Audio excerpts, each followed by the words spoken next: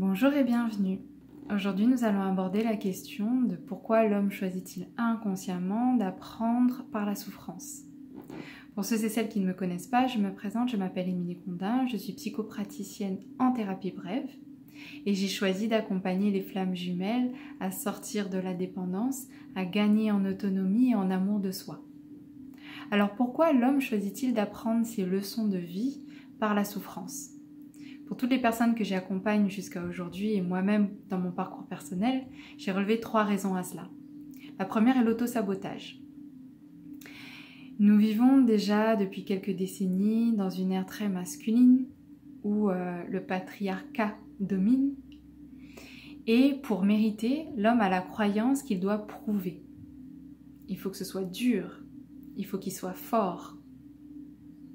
En dehors de l'image que nous a vendu l'univers cinématographique, une image d'homme fort, l'homme, l'être humain en règle générale, pour qu'il puisse y croire, a tendance à basculer dans l'imaginaire. Pour lui, il faut que ce soit un événement spectaculaire et soudain, pour qu'il puisse croire que c'est réel, ce qui est assez paradoxal.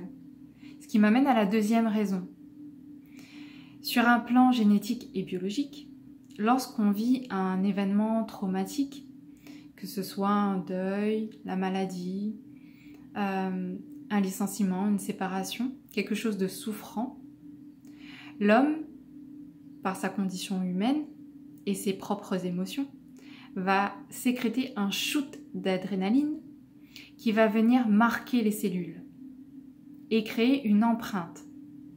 Ce qui veut dire que comme le mental n'a pas la notion de ce qui est réel et imaginaire et qui n'a pas la même notion de temps, un événement qui peut se produire aujourd'hui peut ramener l'inconscient de l'humain à aller chercher dans le passé un souvenir identique qui l'a marqué et reproduire des mécanismes de défense à l'heure d'aujourd'hui où il la vit.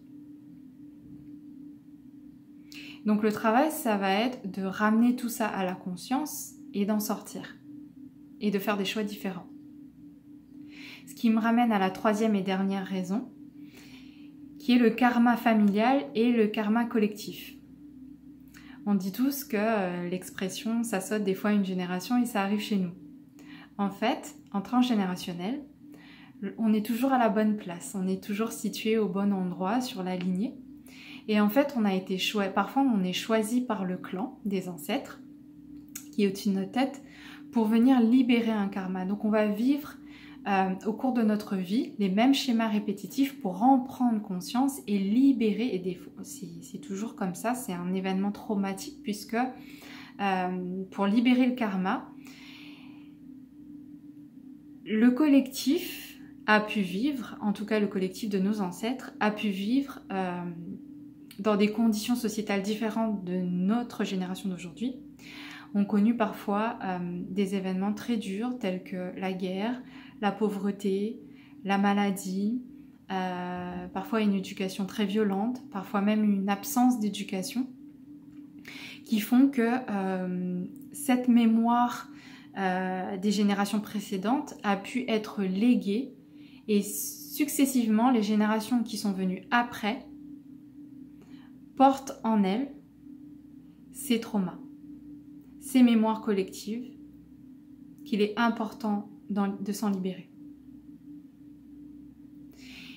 Il y a des outils spécifiques, c'est pour ça qu'on dit toujours vaut mieux prévenir que guérir, où le travail va être d'apprendre la distanciation par rapport à ce qu'on vit, par rapport à ses pensées, par rapport à ce qu'on dit et ce qu'on fait, et être en discernement.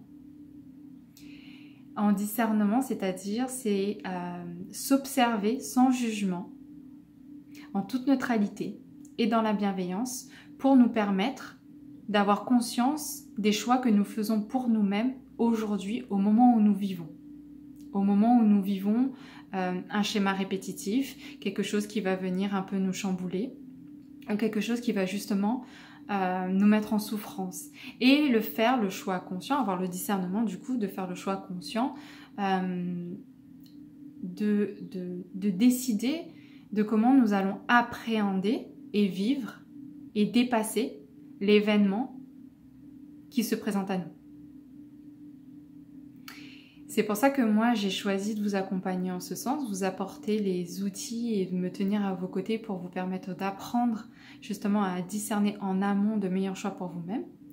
Si vous traversez vous vivez des événements traumatiques que vous avez besoin de vous faire accompagner, n'hésitez pas, je me tiens à vos côtés. En attendant, prenez soin de vous. Je vous retrouve bientôt.